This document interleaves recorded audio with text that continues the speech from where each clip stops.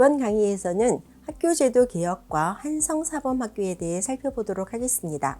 유경공원이 운영되는 동안 입학한 학생 수는 모두 112명이었습니다. 여러 방해에도 불구하고 적지 않은 학생들이 공부했죠. 하지만 한 나라의 교육 체계를 바꾸고 정부의 개혁 정책을 교육 현장 전체에 반영할 수 있을 정도의 규모까지는 아니었습니다. 좀 더 대대적인 인재 육성 프로그램이 필요했죠. 1894년 7월부터 1896년 2월까지 진행된 갑오경장은 이를 위한 중요한 계기가 되었습니다. 서양에서처럼 시작학교로부터 대학교에 이르는 정규학제를 마련하기 위해서는 제도 정비가 요구되었지요. 무엇보다 특정 신분만이 응시할 수 있던 과거 제도와 신분제가 정비되어야 했습니다. 1895년 1월 반포된 홍범 14조는 교육개혁에 매우 중요한 역할을 했고 근대 학문 수용 기반의 형성에 기여했습니다. 특히 그 중에 11조는 학술과 기회를 익히기 위해 외국으로 유학생을 파견한다는 내용이 포함되어 있었지요. 이에 따라 200명이 일본으로 유학을 떠났습니다. 고종은 여기에 더해 교육 입국 조서를 내렸습니다. 교육이 국가 보존의 근본이며 새로운 과학적 지식과 학문과 실용을 추구하는 것이라고 천명한 것이지요. 이와 같은 조선 정부의 움직임은 과거제 폐지와 신분제 폐지로 이어졌습니다. 신분에 상관없이 과거 제도라는 전통적 등용문을 거치지 않고 인재를 등용하겠다는 의지를 피력한 것입니다.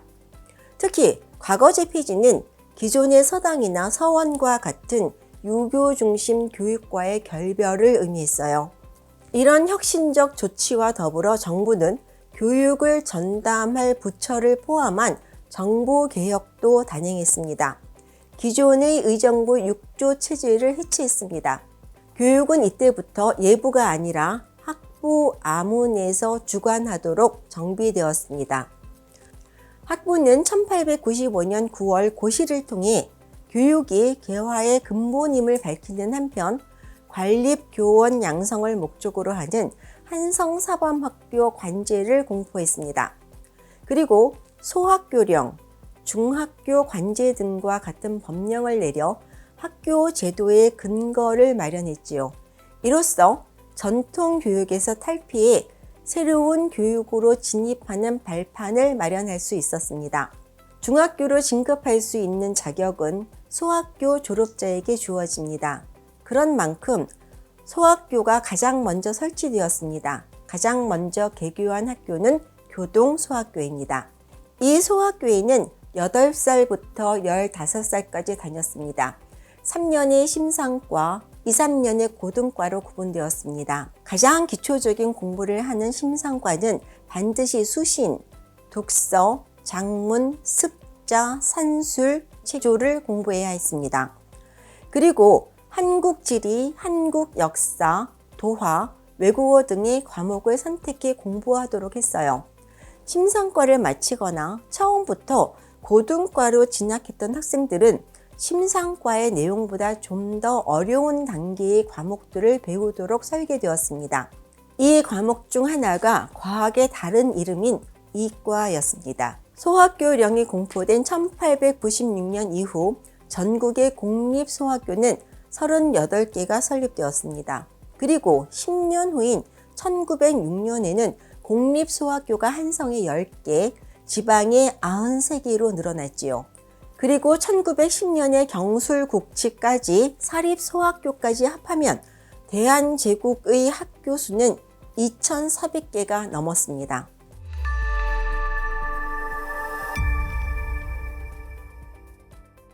하지만 모든 소학교들이 원활하게 운영되지는 못했습니다. 교사가 턱없이 부족했기 때문입니다. 학교에 따라서는 근대 학문을 학습한 교사 대신 유학자들이 부교원으로 활동하기도 했지요. 그렇다고 대한제국 정부가 소학교 교원 육성에 무관심했던 것은 아닙니다. 소학교 개교 전 교원으로 활동할 교사를 육성하기 위해 한성사범학교의 운영을 위한 제반 사항을 담은 관제를 반포했습니다. 이에 따르면 한성사범학교는 속성과와 본과로 구분됩니다. 60명 정원의 속성과는 6개월을, 100명 정원의 본과는 2년 동안 교육받아야 했지요. 짧게 교육을 받는 만큼 속성과는 서양 근대 학문에 익숙한 사람들이 입학할 수 있었습니다. 본과 2년 동안 학생들은 국문과 한문의 강독, 작문, 숫자와 더불어 조선 및 세계 역사와 지리를 공부해야 했습니다. 또 자연지리에 해당하는 지문도 학습해야 했지요. 그리고 수학을 공부해야 했는데요. 이 수학은 산술과 기하, 대수로 구성되었습니다. 그리고 물리, 화학, 박물을 공부했습니다. 박물에는 동물과 식물의 생리와 위생이 포함되었습니다. 속성과는 6개월 동안만 공부해도 선생님이 될 수 있었죠. 때문에 좀 다르게 운영되었습니다. 본과에 비해 짧은 기간에 공부를 마쳐야 했던 만큼 교과목도 물리와 화학, 박물을 통합해 이과 대의로 공부했고 수학도 산술 정도만 익혔다고 합니다. 속성과나 본과나 상관없이 소학교 교사로 활동하기 위해 한성사범학교에 입학했던 학생들은 서양 과학을 반드시 공부해야 했습니다. 시험도 물론 치러야 했지요. 이 학교는 이런 과정을 통해 을사늑약에 의해 일본인이 학부 고문으로 있었던 1905년까지 총 195명의 졸업생을 배출했습니다.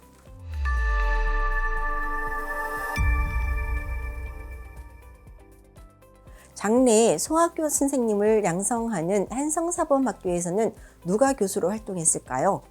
헐버트, 이상설, 박은식을 꼽을 수 있습니다. 헐버트는 앞 강의에서 3인7지와 더불어 소개한 바 있습니다. 이상설은 헤이그 밀사 중 한 분입니다.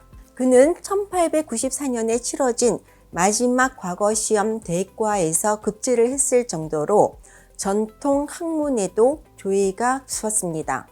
그가 10대 때 유학만 공부한 것은 아니었습니다. 헐버트와 교류하며 그의 도움으로 서양 과학을 공부했던 것으로 알려져 있습니다. 그는 1886-7년 수학, 물리, 화학을 공부했고 정리 노트를 남겼습니다.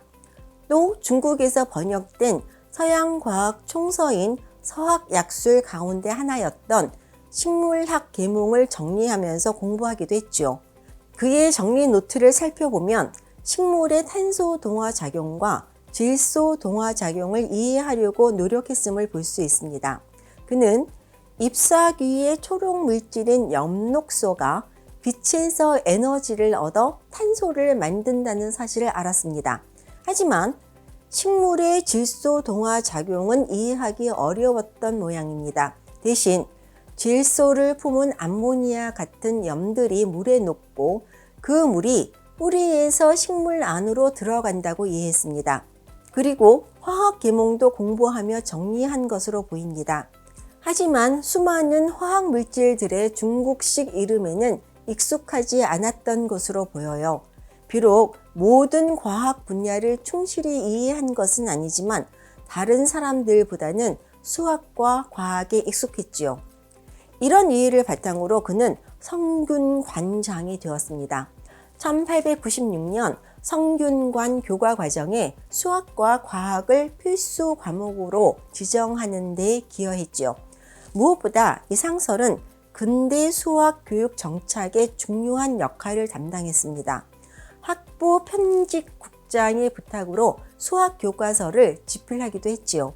이 교과서는 일본인 우에노 기요시가 서양 수학책을 1어로 편집하고 교열한 근세산술 상권 중권을 바탕으로 했습니다.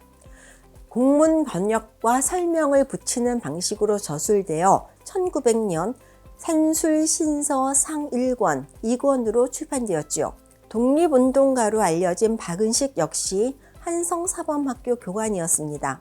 박은식이 근대 과학을 접한 직접적인 흔적을 찾을 수는 없습니다. 하지만 애국계몽운동기에 쓴 글들을 보면 근대 과학의 문외한은 아니었던 것으로 보입니다. 특히 그는 사회진화론을 서우라고 하는 학회지에 연재하기도 했습니다.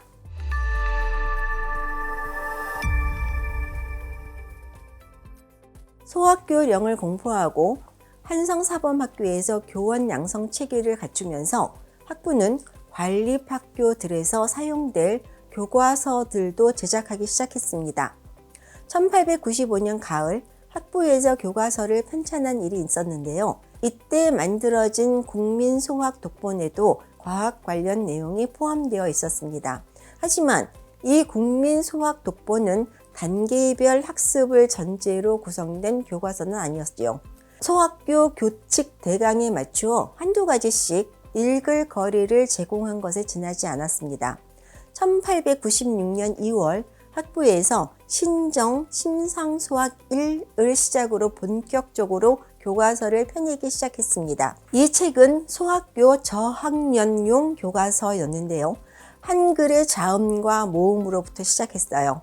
이 교과서에는 자연을 주제로 한 글들이 꽤 실려 있습니다. 제3과에는 개미, 제4과에는 동서남북, 제6과의 때, 그리고 제7과에는 말, 소의 내용이 있습니다. 이처럼 처음 글자를 익힐 때 자연이나 자연현상을 설명하는 내용을 접하게 하는 것은 자연을 관찰의 대상으로 객관화하는 태도를 기르는 일이기도 했죠. 학년이 올라갈수록 내용은 좀 더 심화되었습니다. 시간을 주제로 살펴볼까요? 소학교 1학년 학생들의 교과서는 1일을 24시간, 1시간은 60분, 1분은 60초라고 제시하고 있습니다. 3학년 학생은 1년이라는 시간을 지구의 자전과 공전을 통해 학습하게 됩니다. 1년은 12개월과 365일로 나누어지며 지구의 공전으로 계절이 변한다는 것을 알게 되죠. 이처럼 교과서는 학년이 올라갈수록 확장되고 심화되는 체계로 구성되었습니다. 교수님, 그렇다면 기존의 서당들도 이런 교과서들을 쓰기 시작했나요? 아니요. 1895년 이후 발행된 교과서에서 다루어진 내용은 전통교육기관인 서당에서는 접하기 어려웠습니다. 전통교육기관에서 어린 학생들은 인의 예지신과 충효를 처음 만나는 반면 소학교에서는 근대과학 세계로 진입하는 단서를 교육받았습니다. 학부에서는 소학생들을 위한 책들뿐만 아니라 여제차료, 지구약설, 근위산술, 간이사칙연산, 삼인필지와 같은 책을 출판하고 판매했습니다. 자연지리와 인문지리를 포함한 지리서뿐만 아니라 산수책들을 따로 편찬해 근대과학의 세계를 이해할 수 있도록 한 셈이지요. 이런 책들은 전국 지방 곳곳으로 흘러들었습니다. 지방에 산지한 각종 사립 소학교 2,400여 곳에서 교과서들로 사용되었습니다. 다음 강의에서는 광무개혁과 기술학교들에 대해 알아보도록 하겠습니다.